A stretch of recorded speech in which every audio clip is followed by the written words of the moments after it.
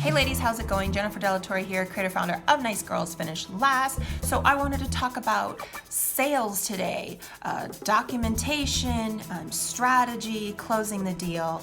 And sales is actually one of my favorite topics to talk about, but truth be told, I don't actually teach that or go over tips much on social media. That I like to reserve and save for my clients. So I have a lot of tips and a lot of things that you could do to increase you closing the deal.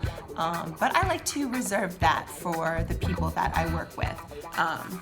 So anyways, but I did want to share some things with you to help kind of spark some ideas in your mind and kind of evaluate what it is that you're doing.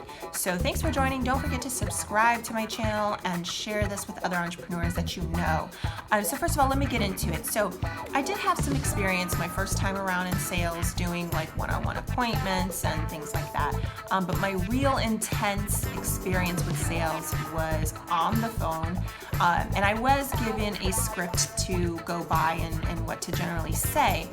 But as I got comfortable, I started to, wonder if there was ways that I could improve the choreography of the sales call and increase the number of closes. And so I started to do split testing, and it's kind of funny because at that time I had no idea that split testing was even a thing. I didn't know this was a legitimate thing that people do to figure out new results without completely damaging what you're already doing. Because if you just say, hey, today we're going to do a new thing, and you just start doing it, it may not work. You haven't proven it to work. And so if you didn't experiment with it yet, you just messed up everything, and everything could just lead to a huge disaster. So what I would do is either separate them on different lists, maybe put stars by these people's names that I tried the new method with, and just started tweaking the whole phone conversation and seeing if it worked or not. And that's how I discovered things that I was doing wrong, where I was dropping the ball, make things go more smoothly, get more people to get on board. And so my point of this is that if you currently are selling, maybe you're part of a big network marketing company and you're selling the opportunity, or you're selling the product, or maybe you're just a small business owner and you're selling your own services and product, don't just wing it. And I've been saying it a lot lately, so maybe it should be my theme for February. But don't just go into winging it. There has to be a strategy to what you do, from follow-up calls to taking care of your customers, to approaching people, to attracting leads, to what you promote online, your marketing, your sales, all of those things.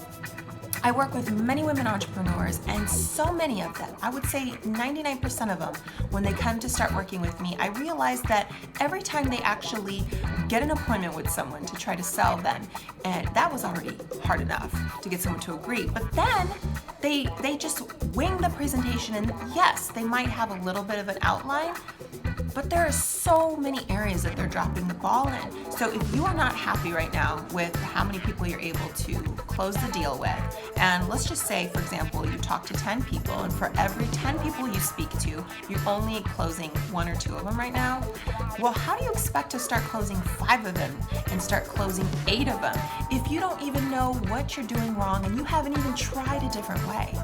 How strategic are you being? So you need to know the details of what it is that you do so that you know how to fix them and work on trying out a different way, if that makes sense. You guys know the Wolf of Wall Street, Jordan Belfort. So his sales techniques with his reps on the phone, and even though he's pulling, scam, still quite impressive what he was able to do with his sales. He even had certain areas in the phone conversation with different voice inflections, all leading up to getting the person to close the deal. And sales, there's so much psychology behind it and how people respond positively to. But if you are winging it, how are you going to increase your numbers? How are you going to do better the next time? So what I'm asking you to do, and what I'm sharing with you today, is so that you will evaluate what you do. So maybe this next time you go around and you actually speak to someone, you should record yourself. And then you should go over areas that, I messed up here. I see where this prospect didn't respond too well to that. What can I do next time? How do you handle objections? How do you handle questions? Are you secure in what you say? Do you sound a little iffy and uncomfortable? Are you confident?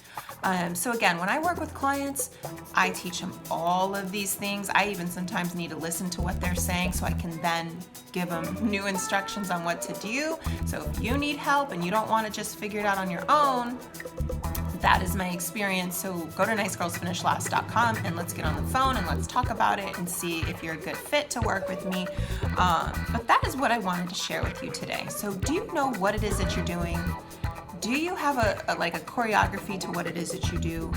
And how do you know you're going to improve and be able to do better and start closing more deals and start closing more sales if you're just currently winging it?